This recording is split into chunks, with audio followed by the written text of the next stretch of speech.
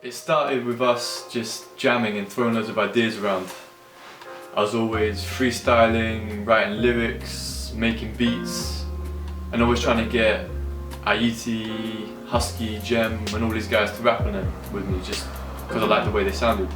I was also always jamming with Mike, showing each other things we wanted to sample, showing each other beats that we've been working on.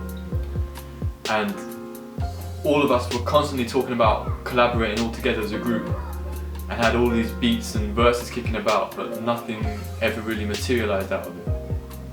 In spring 2014, we had the idea to start Soul Purpose, and it was the idea that we could create a collective where all these plans of collaboration and all these ideas we had could actually come together to create a product that showcased all of our skills and played to each of our individual strengths. Because the good thing about it was that it always, like, even from the start, it really felt like a collective in the true sense of the word. Everyone had been doing things like individually. We could also kind of stand alone as like a solo artist, but with this, it's like everyone kind of just brought their own kind of like flavour to the team. What does Soul Purpose mean to me? To me, it's like, it's the one thing that drives all of us. Like, we are all really on the same page when it comes to that. And, you know, essentially we're all after the same goal, and we have been for a long time before we even knew each other. So this is just a new way of like realising that and getting us all there at the same time. The first track we worked on together was a song called 24 Hours. You know we living in the UK. There's no such thing as tomorrow, so we gotta do it today. 24 hours in a day ain't never been enough for me to get down. I be trying to get paid, I be trying to make music, trying to get late, trying to get this now. 24 hours in a day ain't never been enough for me to get down. I be trying to get paid, I be trying to make music, trying to get late, trying to get this now. And it was originally supposed to be one of my own solo tracks, but then Jem, Ayiti and Husky ended up rapping on it as well. And Mike helped me put the finishing touches on the beat and just helped make the whole thing sound a lot stronger with the mix. And it just became a Soul Purpose track. And that's how a lot of the early tracks worked. They were all beats that I'd originally made for myself, but then I got Ayiti or whoever else to rap on them, and they always just brought something really interesting to the table. I'd say the first proper Soul Purpose release was a track called My Darling, which we made over the summer 2014. You gotta keep your head in the game. Try to get your way some way. Don't let things get your head wrong. One is on my mind and my mind strong. It's been a hard grind, scrolling through the archives, trying to turn this into a career from a pastime. I'm doing hard time. We had a music video for it, which we released online, and we actually just made the video ourselves. We didn't want to be waiting around on other people and having to rely on other people, so we just borrowed a camera, learned how to use Premiere Pro and just did it. That video was directed by Callum, and Mike was the cameraman.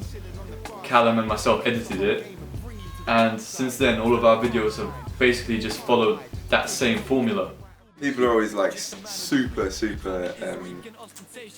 like complimentary about the videos, and they, every time, especially Eyes on Tomorrow, every time I show someone that video, they're really like, they're kind of blown away by it, because it really exceeds their expectations of what we'd be able to do kind of like at our level, I guess.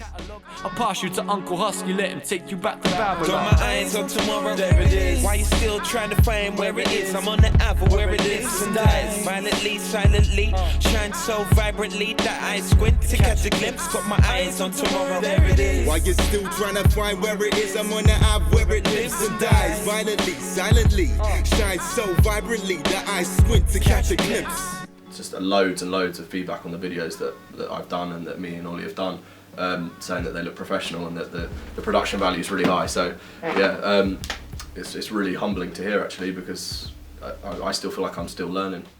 December 2014 is when we really started to take this seriously and started to treat it more like a full-time job, basically. We set up a headquarters at Callum and Mike's house in Upton Park, and this became the centre of all of the Soul Purpose work we were doing. I enjoyed over a couple of days building a vocal booth, so that was really good fun, and it sounds way better than I was expecting. We ended up recording a lot of the stuff there. We originally just planned to record demos there before taking to the studio, but it actually sounded really, really good, and a lot of the time we were always working on songs there and just vibing and jamming there, so It just meant we could capture what we were working on in that moment instead of having to try to recreate it in the studio later I ain't on. rich, but you can kinda say I'm paid. See, when you were smashing out your EMA, I was in the studio like Snoop and Dre. Ay. Our HQ in Upton Park became almost like a factory line. We could have people recording upstairs, we could have Callum downstairs editing a video, maybe have Mike in another room, editing posters or flyers on Photoshop, and then we could clear the living room and use it as a rehearsal space. We were being productive, we had a good workflow, and we were just constantly working on material, whether it was music or videos or rehearsing. Around December, January time is when we also started to get our live set together. Started rehearsing, planning how we wanted to present these songs live and present Soul Purpose live as a whole. We were originally struggling to find gigs and to find events to play at, but as we did with the videos, we just decided we'd do it ourselves. So we started putting on these events called Soul Food. We'd contact venues, organise all the equipment, sound engineer, photographers, film team, make our own flyers, our own posters, and we just put all these events together ourselves. First one was at Bedroom Bar in Shoreditch, and I think that went down really, really well. What with it being actually our own events that we've put on, it's a whole different type of energy because the people who have come, they've come to specifically see us, and they know a little bit about what to expect, and just the energy's just been like, yeah, absolutely through the roof. Very importantly, we actually made a fair bit of money as well from the bar, and this money we put back into Soul Purpose. This money went towards the next event, printing out flyers and posters, and also printing out t-shirts. So at the next event we were selling merchandise as well. So all this money kept on going back into Soul Purpose, and we started treating it like a business and trying to make people recognise Soul Purpose as a brand as well as a music collective.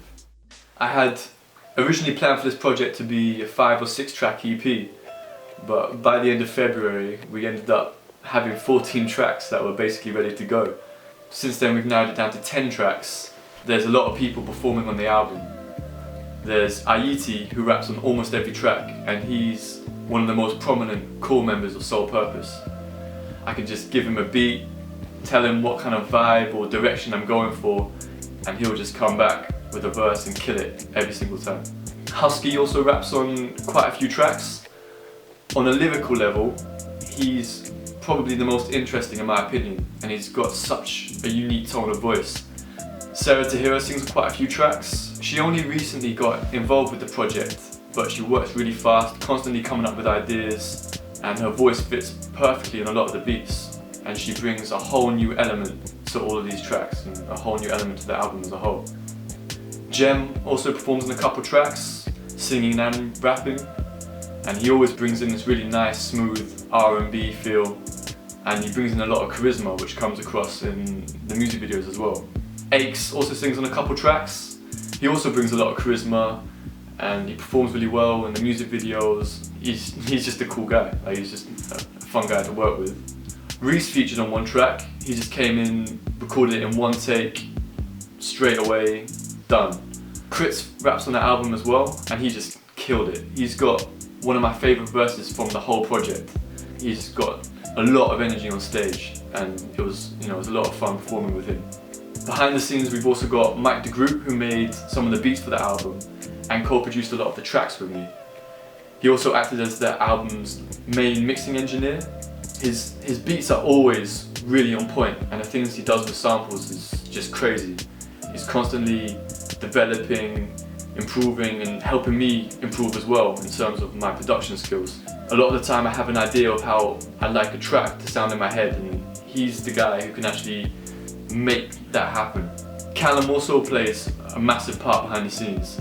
He's in charge of the media side of things, directing the music videos and editing all the footage that we accumulate at our live events and just behind the scenes stuff. He also fulfills a lot of the managerial roles, contacting venues for us, setting up meetings. He acts like a producer to an extent as well, giving advice on the musicality and composition of the tracks, as well as giving feedback on the mixes. So my role for this project is being a producer in the traditional sense, organising writing sessions, recording sessions, and basically just being there every step along the way, as well as being a producer in, you know, the hip hop sense, as making beats and performing on the tracks. Ollie's the orchestrator. Ollie kind of came in sort of slightly after we'd all, you know, become familiar with each other. He was responsible for just kind of like snapping everybody up and being like, okay, so let's all get together and bring all of our individual talents to the table. He's also the one that has to deal with the stress of rappers not turning up on time or to the right place or on the right day. He's a good timekeeper, he's very good with the schedule. The majority of his life, it seems, is on the phone trying to get people to places at specific times, which proves to be a nightmare. So yeah, a lot of organising, and also, well, obviously he's a rapper and produces a lot of the beats and does a lot of video work with me, so lots of skills.